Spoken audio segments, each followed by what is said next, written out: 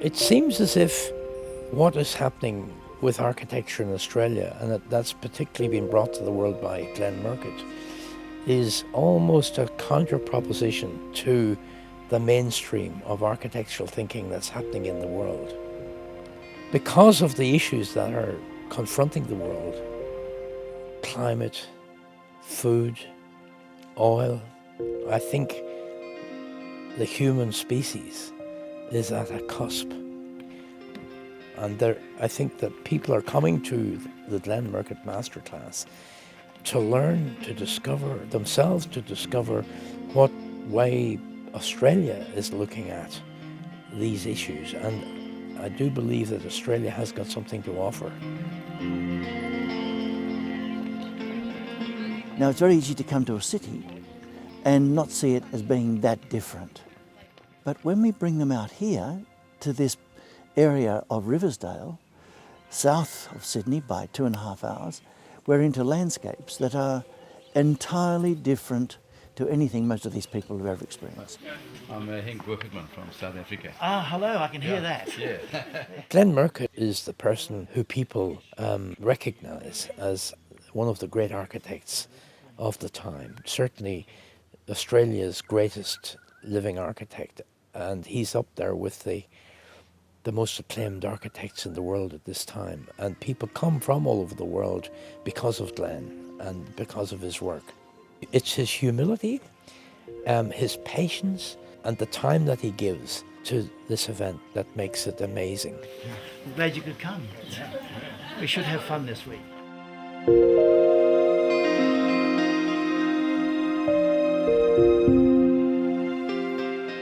This program this week is largely about discovering, and it's not about creating, it's about, in my view, discovering.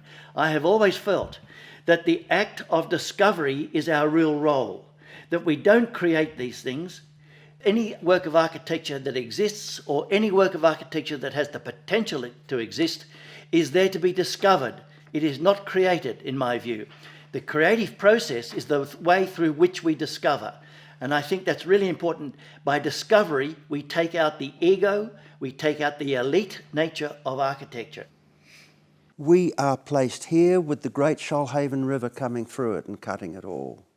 Now, on one of those particular peninsulas that come off the escarpments, and within or upon this phenomenal peninsula of land, we are asking you to consider the possibilities of a place of reconciliation.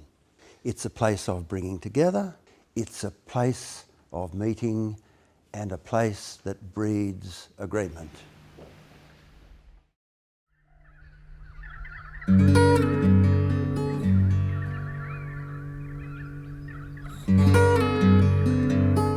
I think that the impact of the masterclass is really, it's basically it's a space. It's a point and apart. It's 2 parentheses. 2 week parentheses in my life where I can make this lateral displacement from the routine and come and spend some time in this beautiful country with these beautiful people and have some time to think and share with the colleagues. And basically looking for a way of living and practicing in harmony with nature. That's basically what I'm looking for. This very special place that we hold the masterclass was a gift to the people of Australia by Arthur Boyd, wonderful painter, artist, and it was great fortune that Glenn Murcutt was chosen to design this wonderful building, and the great tragedy, of course, was that Arthur Boyd died just before the opening of the building. And I guess our presence here is a gift to us from Boyd, and Boyd, I'm sure, would be really delighted to hear the things that go on in this building and the spirit of this wonderful event. To be able to communicate the Australian landscape to other countries and use it as a tool for teaching is something that hasn't really been practiced ever, I think. But secondly, to to be housed in a building done by Glenn and Wendy Lewin and Reg Lart is an extraordinary experience for the people here. It's a wonderful and one-off and I think iconic building. Therefore, the students not only learn from one of the designers, but they learn from the building itself.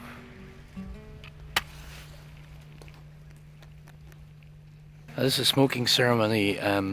Uncle Max, wonderful Aboriginal elder who's been working with us for a couple of years, every year comes, and he's talked to them about the nature and what's happening with climate change, and now he's lighting a fire to welcome our international visitors to this place. It's a very moving ceremony, very beautiful, and I think it's quite emotional for quite a few people.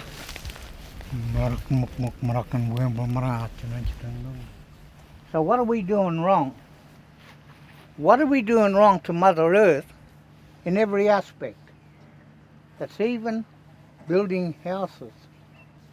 So what can we do about starting to look at our destruction?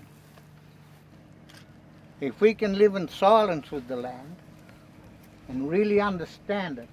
See, our mob is doing it for 80,000 years and upwards, watching everything, understanding it, and living with the land, and taking what was only needed.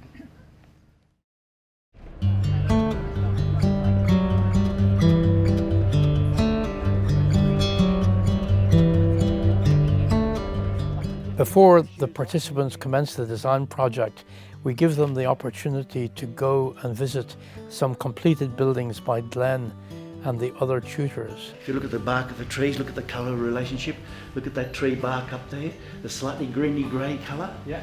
So you get the same sort of quality. So this is the outside is more responding to the landscape, the inside is responding to your living patterns.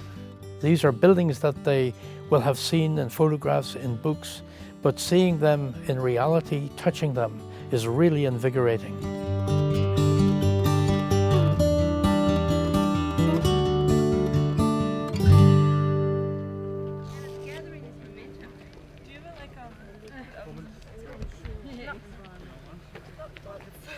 We have asked them to do a place of reconciliation on a very beautiful site here at Riversdale.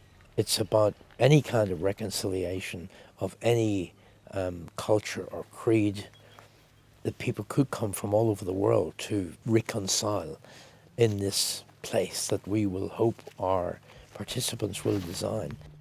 So it's stunning. It is good, isn't it? You notice the difference in the vegetation from here to when you get to the bottom. But you even notice the change from the top to the bottom on the rainforest side. This is what we're wanting to look at. It's absolutely fascinating. Yeah. Yeah. And when you start to understand what's happening, you understand as an architect where you might start working with this. Yeah. But the important thing is that when you return to your own countries, the same observation in your own land can be made. All the things Glenn and Max and Peter are asking us to look at, we've never been taught or been asked to look in that greater detail. I suppose when I go back to London, you look at the urban context, and rather than, as so happens so obviously and so often, you won't just be plonking a building in a site that's contained by sort of 3 or 4 walls. I think you'll go back and you'll consider how the site sits within the greater sort of urban context. And I'm hoping what I learn here, I can then take back and work into that. Oh, Glenn's great. One of the things that is so surprising about walking with him through the trails and everything is just he knows every plant and every tree and every stone, and so it's just amazing how much of the intimate details he knows about the surroundings we're in. It's definitely a challenge, especially because we're kind of dealing with a new design process, which I haven't really dealt with before, and really talking about the land, but not just the specific site, but the greater, like Glenn was talking earlier about all of Australia and like the actual climate patterns here. It's roughly northwest now, but it's getting cooler. Have you noticed it's cooler? Yeah. It'll go to the west and it'll go to the southwest and get cold and maybe with rain. To work with students who have come from other countries in such a site is a really wonderful thing to do. And of course they have never been in a situation where they can work in a place like that. You know, many of them are from urban situations. And it's a very nice thing to work that through with them. The wind, it's very protected wind. The wind's blowing hard up high. See the trees moving? Richard Laplastre is the great teacher, a seminal figure, I always say, in Australian architecture, who, of all people, explores the proposition, do we actually need to build anything? And of course he leads the life, because he lives incredibly frugally with his wife and children in a very, very simple house, and is a constant commitment to simplicity in living. It's not about fancy architectural theories, about deconstruction or any of that sort of nonsense. It's about construction. It's about making things and making things beautifully that give people life and inspiration in their lives. That's what architecture is, I think. It's building that inspires life. That's all. Simple. I think the advantage personally of one space is the change throughout the year. You know, it goes from warm to cold to windy to still to... Peter Stutchbury is designing incredibly beautiful buildings that represent all of the things he's learnt from Richard Laplastre and from Glenn, and has taken what they were doing and has moved it on, I think.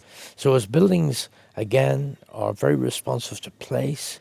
Just by taking away debris from the edge of the rock, how you might be able to see it as part of this huge line in the landscape, this big fractured bit of geology. Britt Andresen, Professor of Architecture, University of Queensland, Norwegian by birth. Britt's work is very responsive to place and to technology. Most of her work has been done in Queensland, which is tropical climate. It's very climatic responsive, but it's also explored a very common thread that occurs in the work of all of the masters on this program, is the blurring of the inside-outside boundary. In other words, it dissolves the boundary between inside and outside. It's been nice to be here because this is kind of nature-based, and you talk a lot about the sun and the wind and just being at the site and the trees. And the project I'm working on at the moment, it's a high-rise in Shanghai, so it's, you know, the site is clear at the moment. There's no vegetation around. There's high-rise buildings around you, and so it's just about completely the opposite thing you can do. So, but I think it'll be it's a great experience. I really came here to become a much better designer. And not just in regards to sustainability and green that so many people talk about, but really just practical, clean design, which seems really simple, but so many people mess it up. And I think that Glenn and Richard and Peter have designed beautiful spaces and beautiful buildings that I came here to learn from them in that regards. It's a very uneventful site, isn't it? It's a very uneventful site. It's got good relationship with the road, but like it's been forested, it's degraded, so it's uneventful, but it's probably it's of least influence as well in terms of. We'd be having very little impact. Yeah, with the landscape. I think they're very excited. They're working on it like mad. They talked about various sites, what are the advantages and disadvantages of sites. We've spoken about climatic variations, we've spoken about fire and wind, and they seem very excited by it and seemed that they didn't know much about some of these things. So this is an instruction that's valuable in my view for every architect.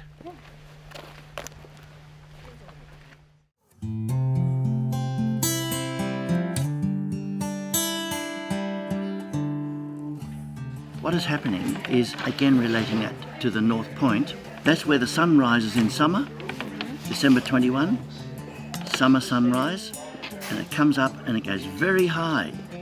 And in wintertime it rises at 30 degrees north of east, which is exactly the opposite to North America, or the Northern Hemisphere.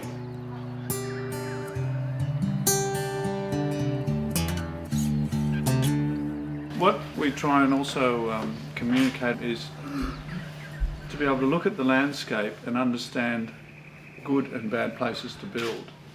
There are physical factors and there are emotional factors in that. And it's the emotional ones which set up your respect for the land. These places aren't immediately legible.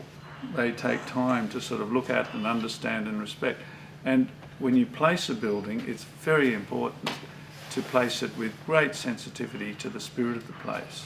Well, this is day 4, and we set the problem yesterday. We introduced them to the site. They've been split into their working groups, and now what they have to do is to get back up to the site and really explore it and think about the brief, think about the siting, and we're working towards a situation that tomorrow by lunchtime they have to present their brief analysis and site analysis in sketches, no talking. Glenn says it's not talkitecture, it's architecture. I want you to think very thoughtfully. This is not a project about building a complex that's just simply, I'm going to select the site here and everything is going to get. I'm going to bring the cars in here, it's not a problem. Just bring the cars in here, drive off here. There, I can put that there, put my drainage over there. It'll go down in the rainforest, doesn't matter that. And you can do that. This is what often big practices do. Just don't care about this thing. This is a program about sensitivity to site. Surely the principal and fundamental issues come down to very simple things like waste management. Water supply, waste management are critical issues when it comes to your major building, construction and accommodation area. The whole thing is your site, the whole of that peninsula, even the views that you get to the distant mountain. So all of it is something to be thought of as part of the design, even if the design is quite in itself quite small. It's all part of this greater landscape. Yeah, but you can see the sunset. It's a good spot in there. I like the sunset. Yeah. I've been running a bigger practice for a long time, and maybe everybody gets to about 50, they start questioning, is this what I want to really do? And my passion is where I started. I did houses, and I worked for a house architect who was sort of highly rated in South Africa for the first 3 years of my life. But now we just churn out shopping centres and office parks and corporate office buildings, and you have to worry more about getting the fees organised to make sure everybody gets paid. And I think I would like to step out of that a bit and have maybe some more time like this. Time is becoming an issue a bit. Maybe we have to focus on the site. A lot of the participants are in a sort of stress zone at the moment. They're outside of their comfort zone. Complicated problem, which we knew it was. I guess this is a stressful time just embarking on the program. So they're trying to figure out what to do about the siting of the building. Choose a site that we think is the most appropriate, each one of us, and say this is the credentials of this site and this is the credentials. Maybe we rule out 1 or 2, maybe we keep all 4. And then we let the gurus tell us what they would have done. And then you go from there. I mean, that's what they're here for, is to teach you. Yeah. Because all the sites are good. You can't say there's a bad site.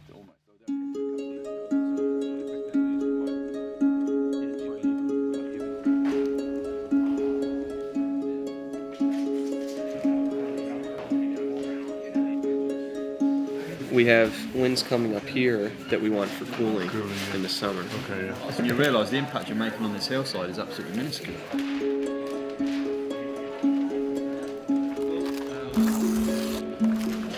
We've got site plans, we've got drawings of landscape. It's all starting to be understood. And this is what is essential in every time we start to work in architecture. We must understand these things. If we don't understand them, we just put a building there that has no relationship. It's a question of responsibility and aspiration to get a beautiful solution. The beauty of order, of placement, of all the factors that go and make architecture. What we're going to do is, I've got a little timer here, and we're going to set the beep for 10 minutes. So you've got 10 minutes to talk, and at 10 minutes we'll ask you to wind up if you have not said all you have to say.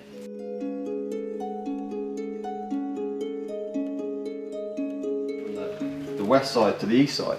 We go till the end and we turn, and we have some terraces here to look at the sunset. The plateau is much larger than the peninsula. You know, it's basically But you are looking for a place where you've got intimacy and big space. And it almost looked like that this site here lends itself to a building complex of sorts because it's more evidence of fire.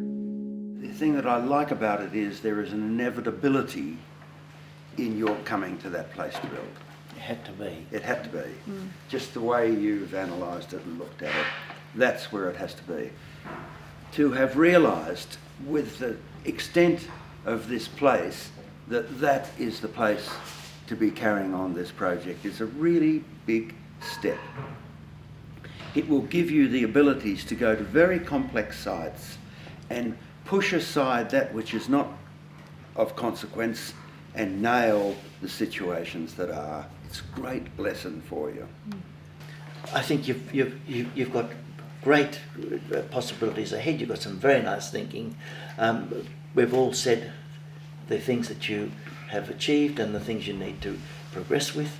I think now your whole thinking must come back to the sighting, and for these next 2 days, it goes for everybody, we'll be spending documenting in great detail the levels, the rocks, the mosses, the trees. So with that, I think we thank you. Thank you.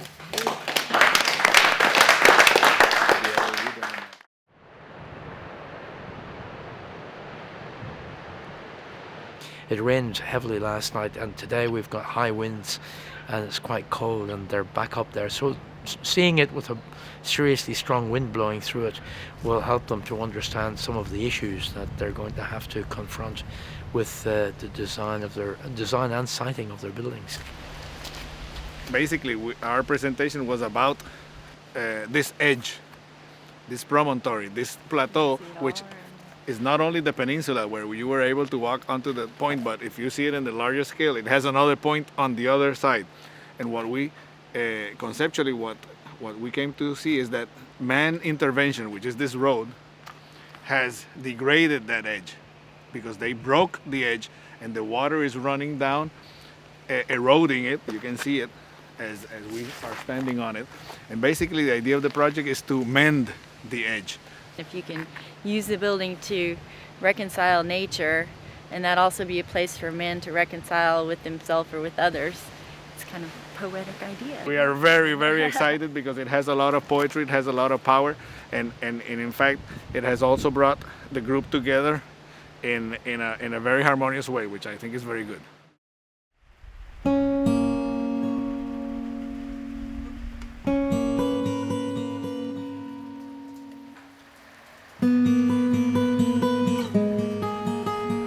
This is the last night of week 1, and they're all on the move, developing concepts, making models, doing drawings, and the architecture is bouncing off the walls at this stage.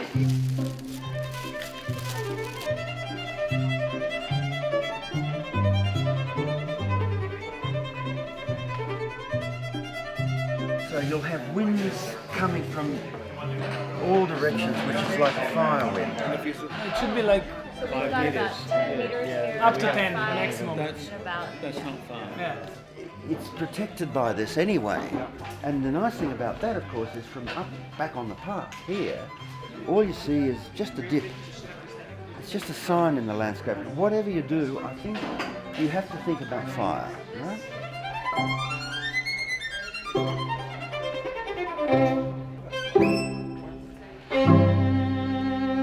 What's wonderful is that the groups have a range of experience in them, from young people who have all the energy and all the get up and go and wanting to do it, to people who are a bit older and a little slightly more cynical, but who have incredibly strong schooling in how to actually do and make things. So they actually work very well as a group. The older, more experienced people have difficulties adjusting to that, but in the end I think they open themselves up incredibly, and I'm sure new doors open for them as well, that they can go back and reassess where they are in their professional life and say, we haven't been attending to these issues properly. For me, it's been very difficult because I don't believe 4 or 5 people can design simultaneously on one building. You need to develop a strategy, and then you need to develop a concept, and usually it's taken by one person and then the others will be adding. What we've attempted to do here is let the younger guys come up with good ideas. So we had 2 or 3 brilliant ideas coming from these young students, decided that we as the older generation should stand back because we're far too technical and want to be too practical, and we will now build together with them on these brilliant ideas. There was one group yesterday who suggested a very provocative idea of building something over on the western side of the site, which was an area that was generally deemed that should not be built on. And Peter said when he heard them saying that, he went, yes, that would be an interesting and provocative situation. It would be interesting to see how they would handle that. The first site we were drawn to was the site on the top western escarpment. We were warned beforehand that it's a difficult site, most probably an impossible site. It's very much prone to very high winds. It's got hard western sun. It's very hot in summer. But yet it had all the drama. It had this beautiful gorge in front of it, and it had fantastic sunsets.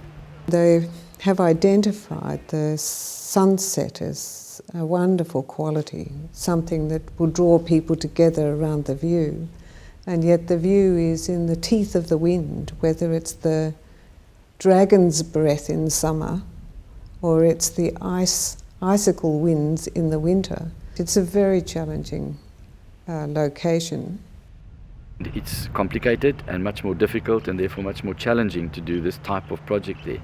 But yet the site is very robust, it's very strong, and I do believe we will be able to introduce a great scheme to that site and be very sensitive about all the issues.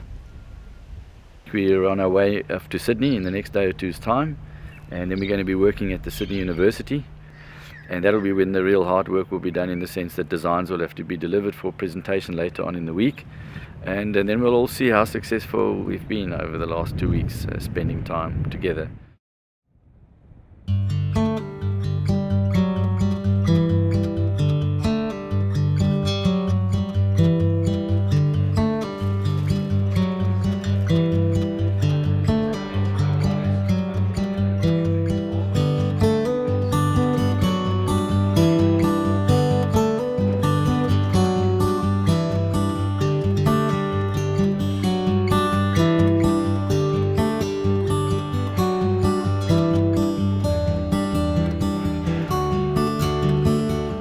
We see all the groups with viable projects. We've had a few fragmentations, so of the 6 original groups, I think we have 3 people have splintered off. So we've ended up with 6 groups plus 3 individuals, and we'll all be presenting their projects on Friday, which is the last day in the studio. Well, there are 2 types of fires, I think, and I think at the moment it's too close to the building. There's some real work happening, models are being built, lots of discussions are taking place, lots of drawings, lots of alternatives, lots of debates. It's been going on for 2 days and 2 nights now, and we're going to have another 2 days and 2 nights to go, which is tonight and tomorrow night. I'm prepared to face failure. We have been working very hard, trying to come together. Sometimes we come together, sometimes we come apart. At this moment, you are asking me in a moment where we have come apart. And I don't know if we will have the time to put it together by Friday. And I don't know if we'll be able to have something for the presentation on Friday. So I am perfectly willing to and prepared to face failure. Esteban's been the glue, because Esteban set up a sort of connection between all of us by being honest about situations and not holding back, but at the same time willing to sort of listen.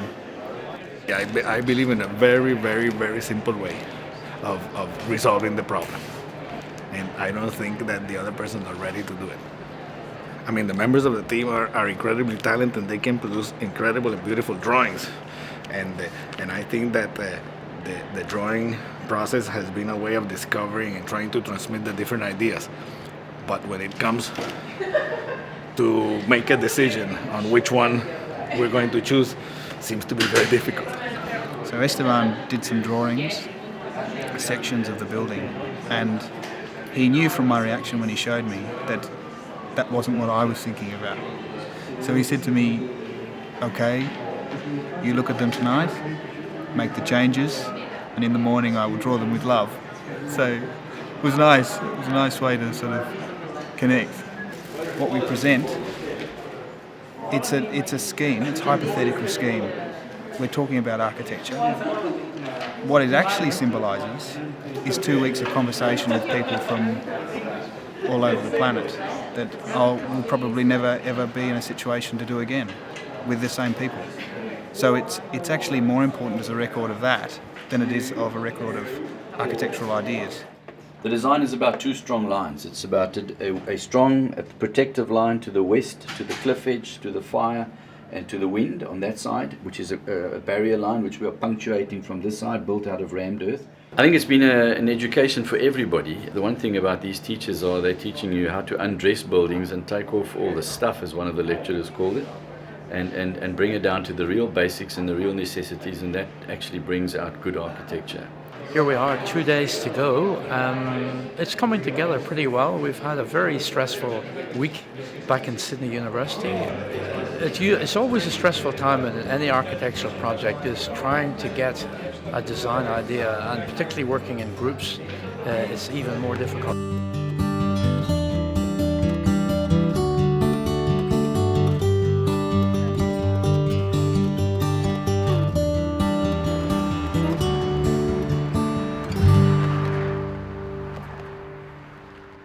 This time we're pretty much tired and concentrating on finishing up the presentation for tomorrow, and we're going to succeed.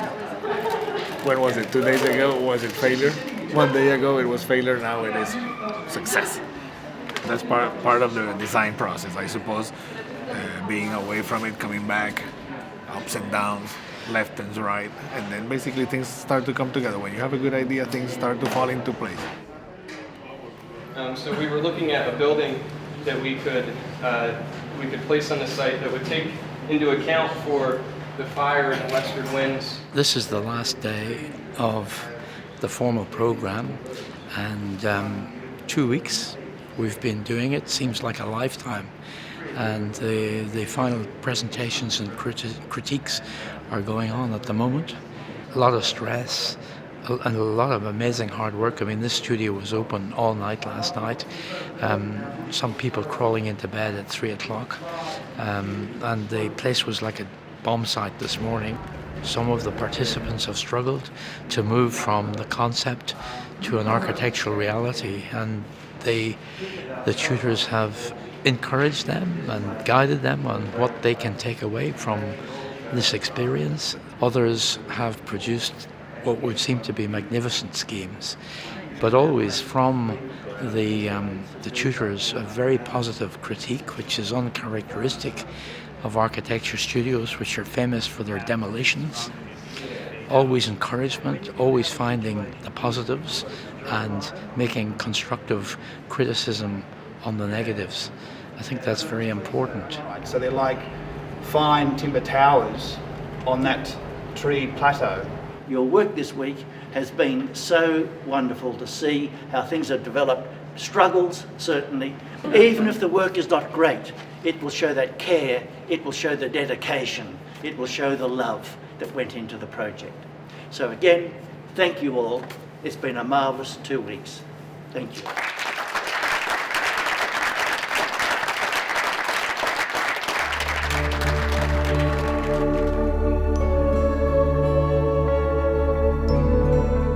To understand how architecture structures and inspires life. That's what it's about. It's not about an object. It's not about a beautiful thing. It's about a really beautiful life that can go on within a place. That's what it's about. Building shelters life. Architecture inspires life. And I think that's where the difference lies.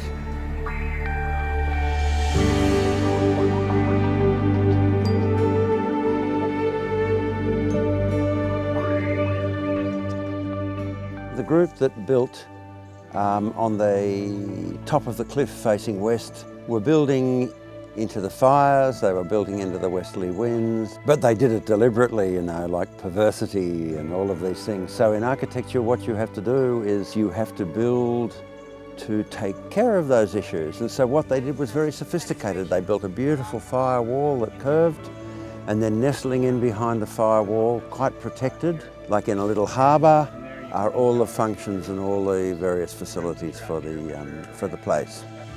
The other group chose the primal way, not the sophisticated way. They saw the cliff face that ran right around the peninsula. They saw the old caves that were indented into that cliff face. They saw that those caves were the original inhabitants' homes there. And they saw this great break in that, and they thought, we'll repair that. And what they did was they repaired it with an enormous sophisticated cave in which these wonderful meetings for reconciliation could take place. Absolutely lovely, but primal. And then you move from there back along the underneath of the cliff face and up to above there, where they made these very simple, like 3-story little towers that would have been 4 metres square, and which were inhabited and glowed like candles or memorials in the night. It was such a wonderful way of sort of seeing it. So, on the one hand, sophisticated, technological, making itself work against the tempest. On the other hand, primal, going back to the origins of life. And as my old teacher used to say, if you don't understand how to go back to the origins, how can you make an original work?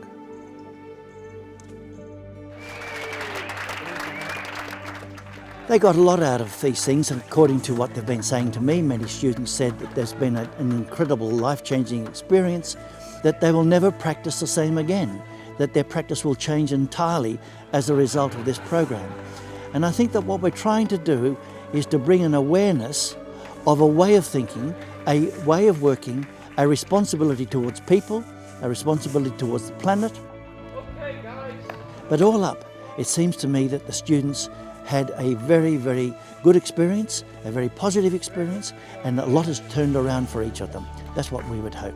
We hope that we've given as much as we possibly can to them, and we hope that very much that they have been able to absorb and be able to take back to their various nations attitudes that are a little different from those attitudes they came with.